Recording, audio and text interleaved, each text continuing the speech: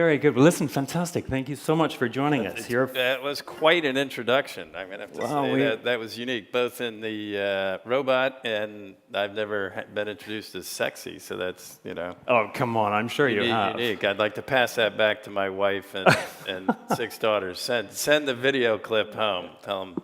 Absolutely. Somebody thinks something. Absolutely. How are you doing? Very good. Last time we met was at Guayaquil in Yeah. Ecuador. We had the AHIC conference. And We did. It was a great conference. So, yeah, it's been a while. Yeah, it's been great. Great so now, to be in listen, the our region. theme is all about catalysts of change. I'd be interested, and I think the audience would be interested to hear what you are doing as a company to stimulate and to really... It's hard to take you seriously with your robot know, I'm moving sorry around. about that.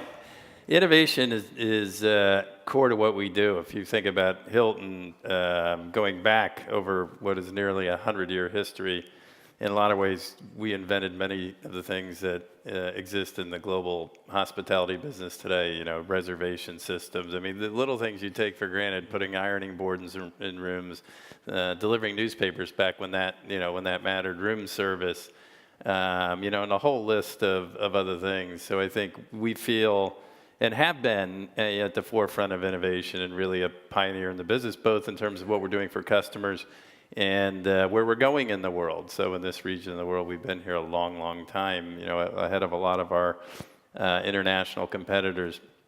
Having said that, I think the robot is actually, as I stare at it, a great lead-in, which isn't to say that artificial intelligence isn't going to be a big part of our future in every way, and that robotics aren't going to be a big part of our future. But from my point of view, in a really simplistic way, I still look at our business as, at its core, a hospitality business where we're going to be a business of people serving people. And there's always going to be people involved, because part of the element of what we do to differentiate ourselves is delivering that experience, something that's different than people can get in another place, something that's special, something that's memorable, something that makes them want to come back. Mm-hmm. And maybe robots are going to get good enough to do that, but I somehow doubt it. And so the way I think of innovation, robots or otherwise, is how do we take the core of what we do and make it better? How do we take out more robotic tasks or things that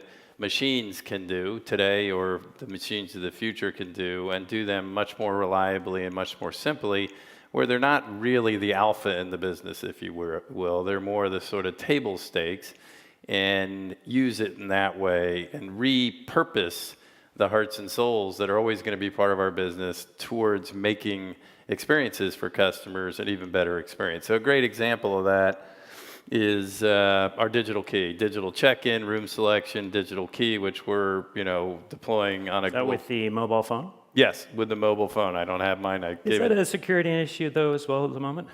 No. We have put in incredibly enhanced security protocols. We've had zero. I think, frankly, we're more secure in the current format than we would be with a typical card reader system. I think we're 100% convinced of that. It's not that there aren't risks in life in anything you do in innovation, but the idea there is, this is something that a customer does 100% of the time. Every customer, 100% of the customers, 100% of the time, have to check into one of our hotels. And there's a way to do it that, that machines can do it to make it more reliable, upgrades, make it seamless, let you pick your room and delight you, and let you get there quickly and efficiently. What does that allow? It allows you to repurpose the people that might have been focused on that to be out and about and with the people trying to enhance the experience. So that's how, at a high level, how we think about it. How do we do it is a more difficult question. We're a very big global company. We're 350,000 people trying to do all this great work and deliver all this great hospitality. Trying to incubate the entrepreneurial startups as well within we are a big company, and I think we very much act like a small entrepreneurial company. And there are a bunch of ways that we do it. The truth is, like any of us, we could do it better. And it's something I wake up in the middle of the night thinking about all the time. How do we get more agile, faster, better? I know a bunch of my team is here, and they're probably smiling, thinking, yeah, we can do better. And they're right. But what we've tried to do is first, keep it simple, stupid. That's a basic rule of thumb, is let it be driven by the customer and let it be driven by our teams on the front line, helping us figure out what customers want. So if you think about what we're doing with Digital Key or what we're doing with food and beverage options in any of our brand, if you think about what we're doing with our new brand launches, why are we doing what we're doing, at what price point, how did we develop the product, it is all driven by what we know the customer wants, because our team members that are closest to the customer on the front lines are telling us that. And so we've created mechanisms that ultimately ripple up through it and in an innovation council context that sort of filter thousands, tens of thousands of ideas, many of which are good, not all of which are good, or not all of which are timely, and try and filter all of that to say, all right, how do we set our priorities against what we think the customer ultimately really wants? And it's, again, we're not perfect. It's been working. I think if you think about not just the 100-year history, but even our last decade, I think we've done some pretty interesting things. You think about some of the digital enhancements, the #1 app in travel at the moment, really the only one at scale in the world that's going to have digital check-in. We're the only ones that had at scale room selection. These things aren't easy, but we're getting them done, and I do think they will help us revolutionize the business. Obviously, everybody will be there at some point, but revolutionizing the business to me is back to where I started. It's back to delivering great experiences. It's back to taking some of the mechanical things that a machine can do and let it do it really well, to repurpose our people so that the alpha is providing better, having our hearts and souls focus more on the experience in the moment. Yeah. So data mining, et cetera, and everything else. All of the above. So given your position at Hilton over the past years, is there anything that you would have done differently? There's always things that I do differently. I think that there isn't a CEO on earth that runs a company, big, small, medium, that I would say didn't at one point or another think I could have done it faster, right? That all the things that were lingering in my mind that I know I needed to do, I should have done faster. So there are things I think I could have done faster, we could have done faster, and there still are things, on some of the innovation stuff that I think we need to move faster and be more agile. Having said that, as you might expect, I'm pretty proud of what we've done. We've had a decade that started, almost 10 years ago with going private transaction and taking a company that was a good company, had been around, almost 90 years at the time. But the truth is it had been put together by merger and acquisition, and I'd say it lost its way. If you look at, sort of any scientific metrics of global market share of brands, global footprint, existing footprint, global share of pipeline in all the major regions of the world, customer satisfaction, and I can go on and on and on. We had gone from, you could argue, in the 50s, 60s, and much of the 70s to sort of being the pioneer and the leader in most regions of the world to being sort of middle of the pack. And that wasn't good enough. So we moved, maybe not fast enough as I look back on it, but we moved, I think quite rapidly to transform the company and to get the company and its people, and that was really the thrust of it, rallied around a common cause. And the story, when and if ever written, is really the rebuilding of a culture, to get people united around a common purpose, united around the impact that we can have around the globe, united around doing great things for customers, doing wonderful work for owners, being a huge part of our communities, and creating great opportunities for our own team members all over the world to grow and learn and have bigger and better things to do. And when you're not growing, you're really not able to do many of those things in the way that you would like to. And so we spent a lot of time, on a lot of stages, and in a lot of different venues with our teams, getting them rallied around, a core sort of mission, vision, values, and set of priorities. And so I think 10 years later, when I look back at it, I'm proud of what we've done. Yeah. I can think of 1,000 things that, like any CEO, I'd do differently. The nice thing for us, though, is I think we're at a stepping off point. That's a really important stepping off point. Many probably don't know that just this January we finished what I would say is sort of the final re-engineering of our company from a financial point of view, and that is we took big Hilton that had been together for, almost 100 years, and we broke it into three pieces. So we took the bulk of our real estate business and we spun it out into a real estate investment trust that's totally independent. And we did the same thing with our timeshare business. So we took what was a big conglomerate, if you will, that had three related, but nonetheless three separate businesses. And we, spun those out, and what remains is a pure consumer branded business. And we've spent 10 years sort of building the foundation around our purpose and getting our organization focused on the customer.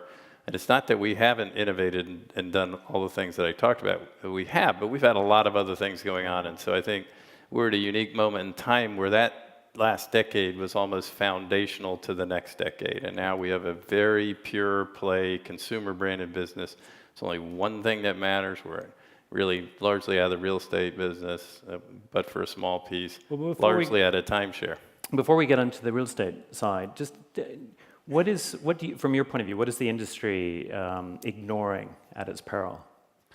I heard in listening, sneaking behind stage to your introduction, I think you captured a bit. I think youth issues and youth unemployment is one of the things that we as a company and I as a person am very focused on, for the very simple reason that it's sort of, in my mind, in a simple way, at the convergence of something we need to be focused on because it's good for our business, or in the inverse, could be very bad for our business.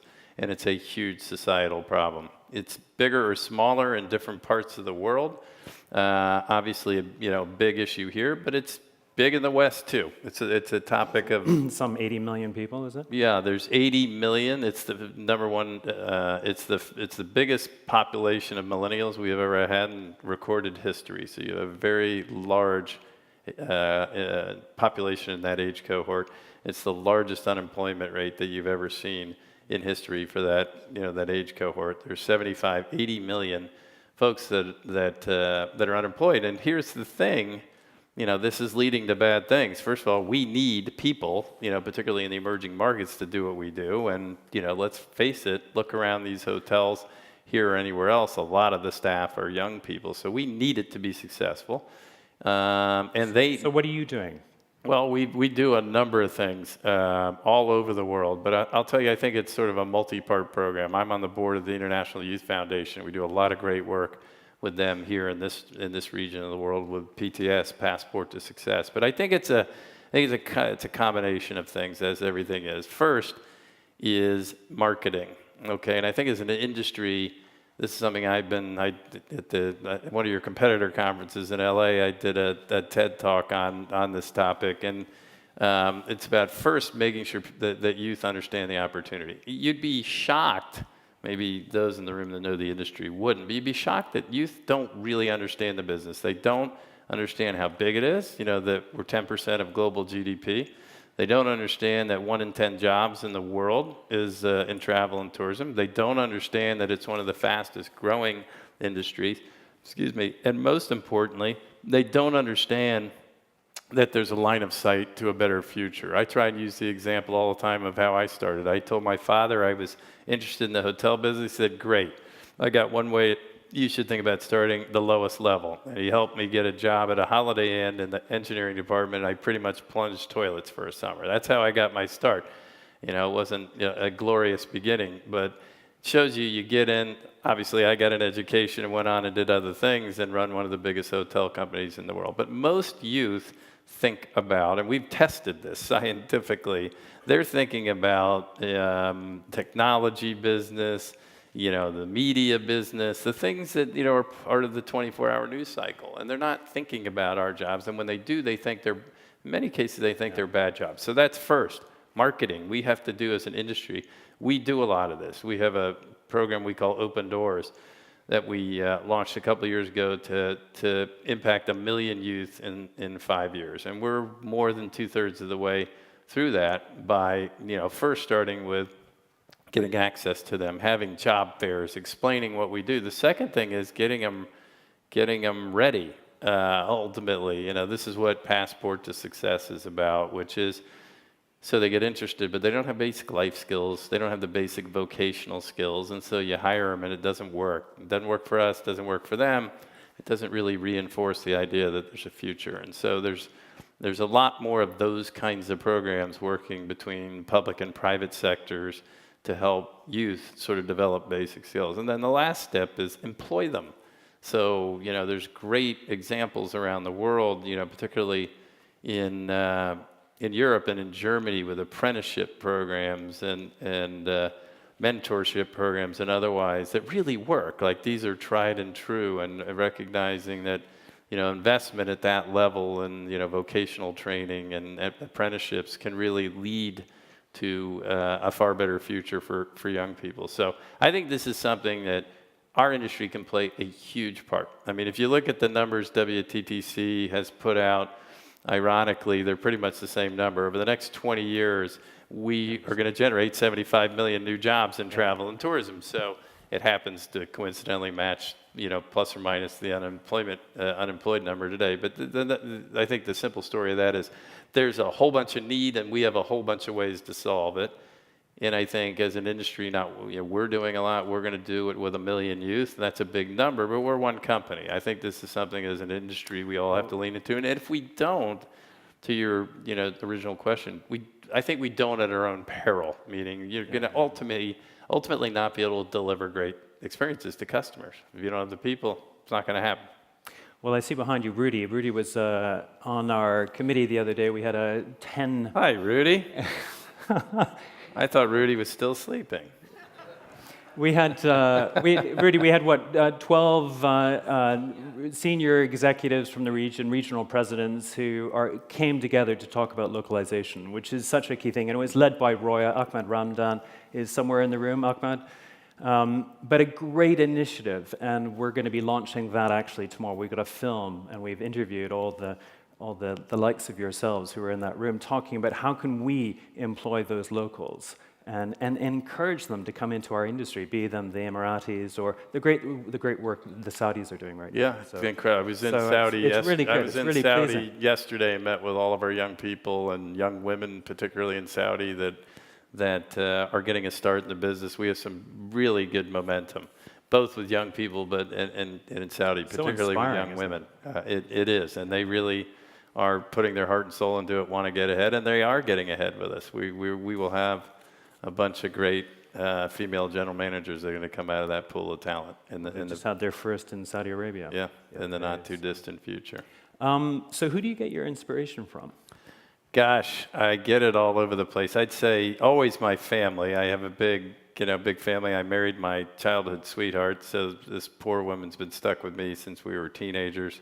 A wonderful woman that lets me go do this, run around the world. A house full of women, I guess. And I have 6 daughters, which means, in a sense, I get very well taken care of, because my wife always reminds me they take better care of their dad than their mom. But in another sense, I have a lot of bosses, when I go home. I always sort of tease the team at the office. Like, it's nice to come to the office where I'm sort of the boss. When I go home, I'm really not the boss. Right. But and that I shouldn't say sort of. I really am not the boss. But it is my family, my wife, children, and my father and mother are alive. We're very close family, and so I get a lot of inspiration seeing them make their way in the world. And then, honestly, my purpose is sort of, that we all have our things, and mine, I'd say, is equally split between my family, which is, the closest thing to my heart, but it's also our people, and it's what I do. I do this job, which is, I'm not complaining. It's a hard job. I travel like you. I'm all over the world all the time. I'm away from the other part of my purpose frequently. Do you always do your own packing? I always do my own packing. I've never had anybody pack for me. I'm way too neurotic about that. I want what I want. But the thing that gives me the inspiration in the other half of my life is our people. When I travel, like yesterday, Saudi Arabia, arriving here last night, staying at the DoubleTree, just seeing how excited the people of our company are, how thrilled and proud they are to be part of what we're doing, having them understand in, I think, a very real way what we're about, why we're here, what we're trying to do. And I think in a way, as I described earlier, so I won't repeat it, much more so than they ever have, that's inspiring. They do all the hard work, and yet they show up every day loving what they do, wanting to serve customers with a big smile on their face. And the fact that I get to play a small role in that makes me pretty proud and definitely gives me inspiration. I go home all the time. I do one of these trips, generally every other week, and my family sort of laughs at me when I get home because I'm generally full of energy and ideas that I've got. Ideas from all the people I talk to out in the field. Energy just because it's hard not to be completely swept away with our people. And so I get a lot of inspiration from our teams. So just moving on to real estate quickly. I mean, obviously we've had the Accor and Fairmont acquisition. We've had the Marriott Starwood acquisition. Do you see any acquisitions in your site, or what's your strategy? I don't think so. I think our strategy's been pretty consistent, over at least the last decade, and pretty well articulated, and that is we're focused on delivering the best family of brands defined by brands that drive the highest market share and have the highest customer satisfaction and that are the leaders or category killers in each of their categories, whether that's an existing brand or whether that's a new brand that we launch. And in so doing, we believe, deliver a better experience to our customers, more consistent, high-quality delivery of product and service, and deliver better returns as a consequence of the higher market share to our owners. And so that's been the strategy. It would be silly as a CEO, like I've said this 1,000 times in my life. You can never say never, okay? But the fact is we haven't done it in 10 years. I've been pretty vocal publicly saying we're not out bounty hunting, because I just don't think we need to. So you're incubating your own brands, aren't you? We're incubating our own brands. We're doing it in a way that is very customer-centric. The idea is we don't want to go buy other brands that have to be fixed because something is wrong with everything that's out there. We'd rather focus on launching brands that we think are tailor-fit to customers' needs in today's world and grow organically. And now we've had great success. So, from an organic growth point of view, we're growing faster than anybody out there. We're growing, off of a very large base, now the second largest base in the world. We were the first pre-Marwood, but now the second. And we're growing 6 or 7% on an organic basis. That's giving customers products that are tailor-fit to their needs. It's giving our shareholders, honestly, a much better return because we're not buying brands. I do think you will see further consolidation by definition, and that is because I do believe there is something to what I describe as the network effect, which is to say the bigger, scale matters, and scale combined with broad geographic diversity and chain scale diversity with good product service, you put all that together and it's really powerful. I mean, I can prove it to you scientifically because the reality is Hilton, as it exists today, not in the 10 years I've been here, but prior to that, with prior management, really exists as a consequence of merger and acquisition activity. And if you go back and track the statistics and look at it, you can pretty easily prove that as Hilton and others, you can prove, gain that kind of network effect, you saw a step change in market share opportunities for the whole brand. So the reason I say I think you'll see other M&A opportunities, I think others are going to want that. The reality is I'm not going to pick on anybody because there are a lot of great companies, and regionally things are different. So I'm taking a uber global view, but there aren't many of us that have what I'm describing, like that have very broad geographic and price point diversity at scale around the world. And if you don't, my guess is you're going to want to get it because it allows you to enhance overall system market share, which means higher market share, more capital is going to follow it. So I just don't think it has to be us because we have it, and and the system is working. It's working for customers. It's working for owners.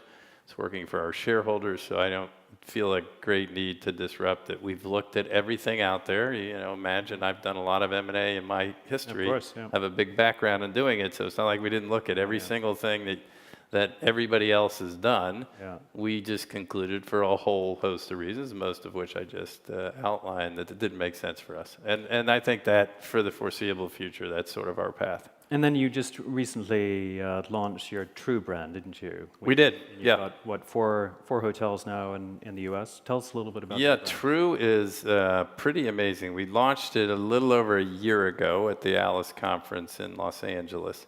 And True is sort of a new mid-scale approach with the belief that, starting in the United States, that if you look at the mid-scale brands that existed at any kind of scale, they were older hotel brands with product that was, sort of out of sync with today's needs from a customer point of view.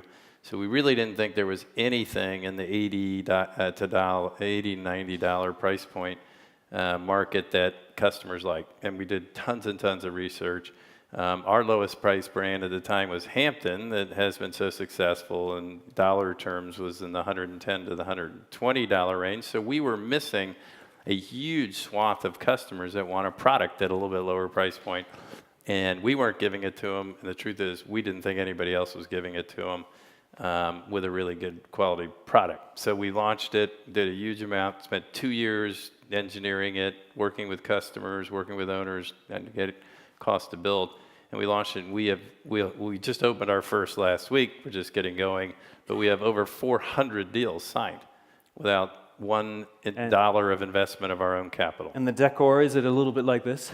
The decor, I wouldn't say it's quite, there's some of these colors show up, but it's very young and vibrant. And I think the way to think about it is like we've invested pretty heavily in the public spaces to make them very modern with collection areas and game areas, and but very efficient to operate, but a lot of colorful and collect places for people to spend time together alone.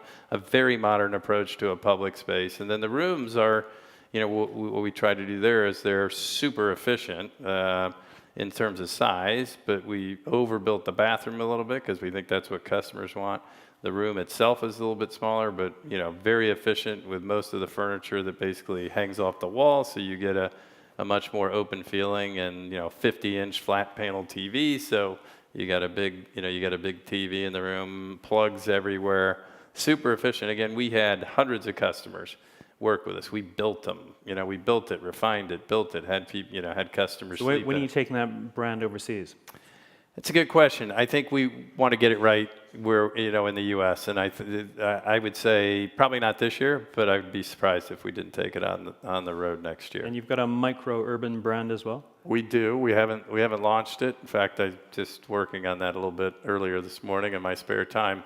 I think we'll probably launch that sometime next year.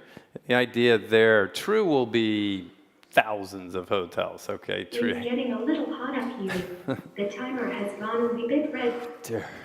Oh dear, I'm sorry about that. That's all right. She's very bossy, but I'm used to bossy women. I got them all around me. It's not going to be.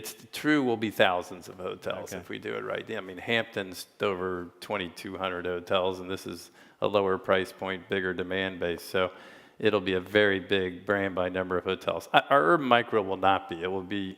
It'll be hundreds of hotels. But the idea is that there are customers, young, but it's not all young customers. It probably weights a little bit younger, that want to be in great neighborhoods in an urban environment that don't have a lot of resources, or want to pool resources and stay with friends, and want to be in the middle of the action, and they want something that's pretty hip and cool, so that there's a lifestyle element to it. Rooms, micro, really simple, but hyper functional and fun, and connectability that allows groups of people to connect themselves. And then public spaces, again, that are simple from a food and beverage and otherwise, but that create a bit of a scene. So sort of an urban micro lifestyle hotel. Some people have done it. It's not something that we've invented necessarily. I don't think anybody's done it at scale. And so the idea is we'd like to try and do it at scale. And why? Because I think it will serve some existing customers that are telling us they want that kind of product. And I think it's going to offer us an opportunity to bring new customers into the fold, younger customers, or customers for that kind of travel who can't afford any of our other products in an urban environment. And a little bit of a halo if we do it right and make it hip and cool. Even at that price point, I think it can make a difference. Excellent. One last question, running out of time. The Waldorf, you closed it. Tell us, that must have been quite a moving experience, having to close that. It was. We, for those that don't know, we closed the Waldorf Astoria in New York after essentially a 100-year run. And the day I was there, I was saying, I've opened a lot of hotels in my 30 whatever years of doing this. I've never closed a major hotel. I guess I've been around closing of hotels, but relatively small hotels. I've never closed a major hotel, and it was heart-wrenching. You know, the Waldorf has a history, you know, that is iconic, and you know, has a heart and soul, and the people that have flowed through those doors and gone on to bigger and better things, and those that were there today, or you know, a month ago when we closed it, that you know, that tugs at your heartstrings. It was a fabulous day. We did a big celebration the evening before. We brought in a bunch of our customers to Can you do the cooking as well? to share. The team asked me if I would cook. I'd love to cook. That's one of the few things I get to do when I relax. And so I have my grandmother's Italian, has a wonderful, famous red sauce that I cook all the time with the hot Italian sausage. And the team had called me. The general manager said a bunch of people on the team for the closing day want you to cook. Like we're doing a big celebration in the main ballroom for the team, and they want you to cook. And so I went up the night before. We did a big customer event, and the next morning I got up at like 5 in the morning, you know, cooked for 1,400 people. I cook a lot. I don't typically cook for 1,400 people, but I cook for 1,400 people. And it was we shut the lights out. I mean, it was a tearjerker. I mean, you know, I stood on stage in the main ballroom at the Waldorf, gave the last speech, was the last person to walk out of the Waldorf, and it was. I literally walked through the whole hotel by myself, last person to leave the building. It was, you know, it was memorable. Let's put it that way. Well, Chris, we've got to end this discussion. We could go on and on. I've really enjoyed it, and I hope everybody else has as well. If you could please show your appreciation and thanks to Chris Nassetta. Thank you, pal. Anytime. Chris, thank you so much. Anytime.